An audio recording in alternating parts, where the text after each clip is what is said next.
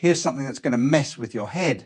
Your darkness, the anger, the pain, the rage you've been trying to hide your whole life.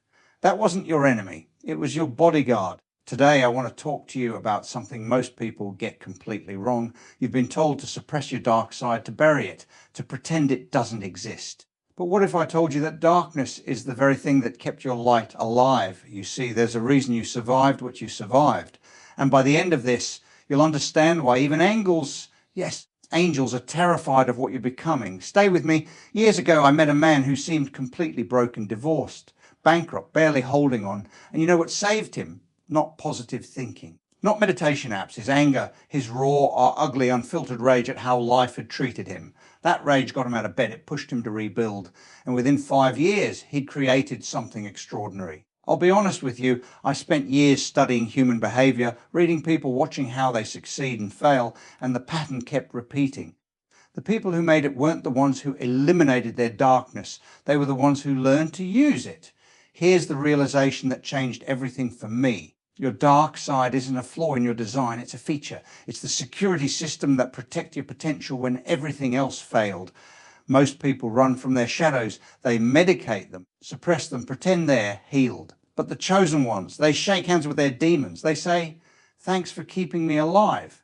Now let's build something." Let me explain why you've been fighting the wrong battle your entire life and how to finally win.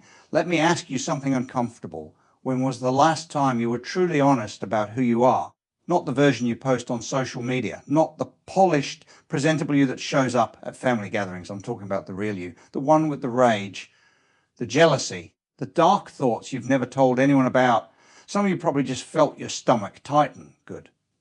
That means we're getting somewhere. Here's what I've observed after decades of studying human behavior. We live in a world that's obsessed with positivity. Everywhere you look, someone's telling you to choose happiness or let go of negativity or raise your vibration. And look, I'm not against being positive, but here's the problem. We've created an entire generation of people who are terrified of their own shadows. I know how this feels because I've been there. You wake up angry about something and immediately you think something's wrong with you. You feel jealous of someone's success and you shame yourself for it. You have a dark thought and you wonder if you're secretly a bad person. Let me tell you what happens when you do this. You don't eliminate the darkness. You just push it underground, and anything buried alive doesn't die. It grows roots. Think about it like this. Your emotions are like a pressure cooker. Every time you suppress something, you're adding more steam, more pressure, and eventually that lid's going to blow. That's why the nicest people sometimes have the worst explosions. That's why the most positive person in the room often goes home and falls apart. I've met so many people over the years who did everything right. They meditated, they journaled, they repeated affirmations in the mirror every morning, and they were absolutely miserable. You know why? Because they were at war with half of themselves. Some of you are nodding right now. You recognize this pattern. You've been fighting your darkness like it's the enemy. Like if you could just eliminate it, you'd finally be happy, finally be at peace. But here's what nobody tells you. Your darkness isn't trying to destroy you. It's trying to protect you. That anger you feel, it's a boundary. It's your psyche saying, this isn't okay. Something needs to change. That jealousy, it's a signpost pointing to what you actually want. That rage, that's compressed energy. That's fuel. The problem isn't that you have a dark side. Every single person on this planet has one. The problem is that you've been taught to see it as your enemy instead of your ally. And while you're busy fighting yourself, while you're exhausting all your energy trying to be good and positive and light, guess who's winning? Not you. You're just tired. You're depleted. And that light you're trying so hard to protect. It's flickering because you cut off its power source. Your darkness and your light aren't opposites fighting for control. They're partners. They're two sides of the same coin. And the moment you understand that, really understand it, everything changes. Now, I want to challenge something you've probably believed your whole life. You've been taught that good people don't have dark thoughts, that successful people have conquered their demons, that spiritual people have transcended their shadow.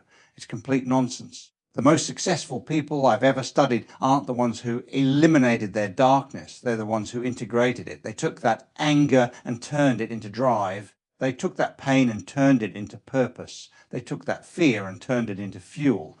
Let me give you an example. Years ago, I was working with a woman who'd built a massive business from nothing.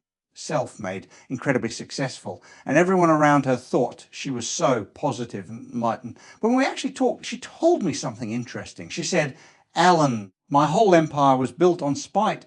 She had been told her entire childhood that she'd never amount to anything. Teachers dismissed her. Her own family laughed at her dreams. And instead of letting go of that pain like everyone advised, she used it.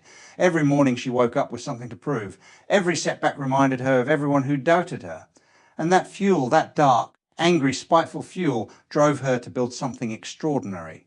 Now, here's the thing. I'm not saying you should be consumed by anger or leaven bitterness. That's not integration, that's possession. What I'm saying is that your darkness isn't something to escape.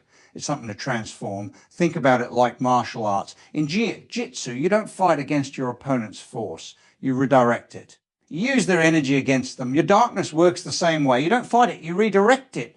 Some of you might be thinking, but Allan, isn't this just toxic positivity in reverse? Aren't you just glorifying negativity? Fair. Here's the difference. Toxic positivity says pretend your darkness doesn't exist. What I'm telling you is the opposite. Acknowledge it exists, look at it directly, understand what it's trying to tell you, and then consciously choose what to do with that energy. When you suppress darkness, it controls you from the shadows. When you integrate it, you control it consciously. I struggled with this too, by the way. For years, I tried to be the nice guy, always agreeable, always accommodating, never wanted to rock the boat. And you know what happened? People walked all over me. I got taken advantage of constantly. And inside, I was seething with resentment I couldn't even admit to myself. My turning point came when I finally accepted that my anger wasn't a flaw. It was information. It was telling me I had boundaries that needed enforcing. It was telling me I was tolerating things I shouldn't tolerate. The anger wasn't the problem. Ignoring it was the problem. Here's what I learned. Your dark emotions are messengers. They're not trying to hurt you. They're trying to communicate something important. And when you shoot the messenger, you lose the message. Jealousy tells you what you desire. Anger tells you what you want to accept. Fear tells you what matters to you. Resentment tells you where you've abandoned yourself. Stop fighting these feelings. Start listening to them. The mindset shift isn't about becoming a dark person. It's about becoming a whole person. It's about stopping the civil war inside yourself and finally bringing all your pieces to the table. Because here's the truth, you can't reach your full potential while fighting half of who you are. All right, let's get practical. Because I know some of you are thinking, this sounds great, Allan, but what do I actually do with this? Fair enough. Let me give you something concrete. First, you need to stop running and start observing. The next time you feel a dark emotion, anger, jealousy, bitterness, whatever, don't immediately try to fix it or push it away. Just notice it. Get curious about it. Ask yourself, what is this trying to tell me? I know this sounds simple, almost too simple. But here's what happens when you do this consistently. You start seeing patterns. You realize that your anger always shows up in specific situations. Your jealousy always points to specific desires. Your fear always surrounds specific outcomes. And once you see the patterns, can actually do something about the root, because instead of just fighting symptoms forever. Second, rename your darkness. This is powerful. Instead of saying, I have anger issues, say, I have strong protective instincts. Instead of, I'm jealous, say, I'm aware of my deepest desires. Instead of, I'm bitter, say, I know exactly what I won't tolerate anymore. This isn't just word games. Language shapes perception. And when you change how you describe your darkness, you change your relationship with it. It goes from being this shameful thing you hide to a source of clarity and power. Third channel before you condemn. When that dark energy shows up, don't judge it first, use it first. Feel angry. Channel it into a workout, into your work, into creating something. Feel jealous, channel it into planning, into strategizing, in taking action toward what you actually want. The energy is going to go somewhere. If you don't direct it consciously, it'll leak out unconsciously, usually in ways that hurt you and everyone around you. For instance, I worked with a guy once who had serious road rage, like screaming at other drivers, getting into confrontations, the whole thing. And he was so ashamed of it, thought it meant he was a bad person. We dug into it, and you know what we found? He felt completely powerless in every other area of his life. Dead-end job, relationship problems, dreams he'd given up on. The car was the one place where he felt in control, and that rage, it was displaced. It wasn't really about the traffic, it was about his whole life. Once he started addressing the real issues, once he started using that aggressive energy to actually change his circumstances instead of yelling at strangers, the road rage disappeared. The energy found a better outlet. Fourth, Protect your light by honoring your dark. This one's important. Your boundaries, your standards, your ability to say no, these all come from your shadow side, from your willingness to be the bad guy when necessary. I've noticed something interesting in my work. People with weak boundaries are often people who are terrified of their own anger. They're so scared of being seen as mean or aggressive that they let everyone walk all over them. And then they wonder why they're exhausted, why they're resentful, why they feel invisible. Your darkness protects your light. Your ability to get angry protects your peace. Your willingness to walk away protects your presence. You can't have strong light without strong shadow. They come together. Fifth, watch your body when darkness shows up. This is where my work in body language comes in. Your body knows before your mind does. When you're suppressing something, your body shows it. Tension in the shoulders, tight jaw, shallow breathing. Start paying attention. When you feel that physical tightness, ask yourself what emotion you're pushing down, what truth you're not admitting, what boundary you're not enforcing. Your body is constantly trying to communicate with you.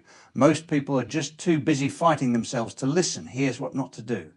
Don't weaponize your darkness. There's a difference between using your shadow energy consciously and just being a jerk and calling it authenticity. Integration means wisdom. It means knowing when to unleash and when to restrain.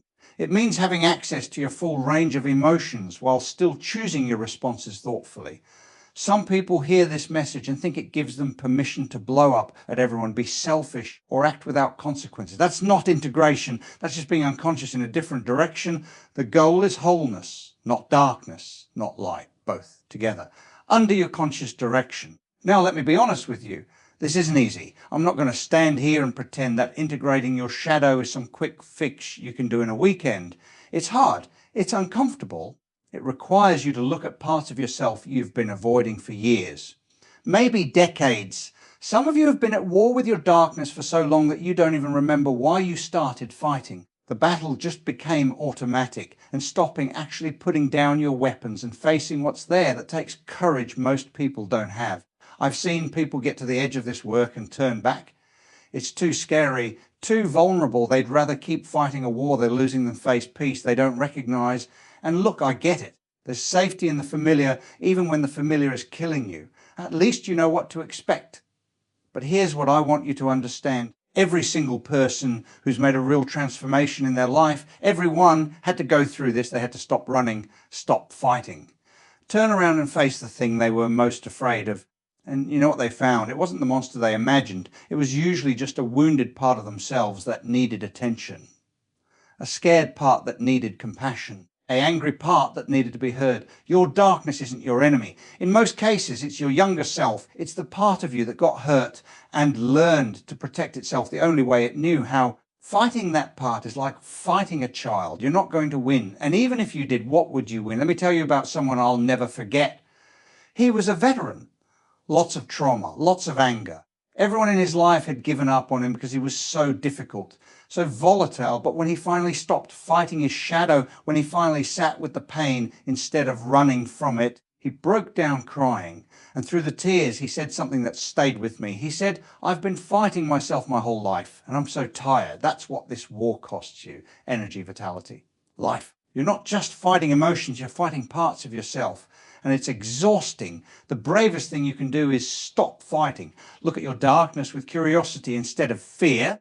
Ask it what it needs, what it's protecting, what it's trying to tell you. You might be surprised by the answer. So here's where we are. You've got a choice to make. You can keep doing what you've been doing. Keep fighting your shadow. Keep suppressing the parts of yourself you don't like. Keep pretending to be someone you're not. And you know exactly where that leads. More exhaustion, more internal conflict. More of that feeling that something's fundamentally broken inside you. Or you can try something different, something radical. You can accept yourself whole, not just the light parts, not just the presentable parts, all of it. The anger, the jealousy, the fear, the ambition, the competitive drive, the part of you that wants revenge, the part that wants recognition, the part that wants more. All of it is you, and all of it has value. When you stop fighting yourself, something magical happens. That energy you were wasting on internal warfare becomes available for building, for creating, for actually living your life instead of just surviving it. Your darkness protected your light. It got you through things that would have broken other people. It built walls when you needed walls. It created distance when you needed distance. It kept you alive. Now it's time to take that same energy and aim it somewhere new, not at yourself, at your goals, at your dreams, at the life you actually want to live. The chosen ones understand this. They know their power doesn't come from eliminating their shadow. It comes from integrating it, from having access to their full range, from being whole. And that's why even angels are scared of them, not because they're dark, but because they're complete, because they've stopped the war and united their kingdom, because they've turned their greatest weakness into their greatest strength. That's who you're becoming. That's what this journey is about. So here's my challenge to you. This week, when your darkness shows up, and it will, don't fight it, listen to it, ask what it wants, see what it's protecting. You might just meet a part of yourself you've been missing for a very long time. And when you do, when you finally shake hands with your shadow and say, I see you, I accept you, let's work together. That's when you become unstoppable. That's when you become whole. That's when you become the chosen one you were always meant to be.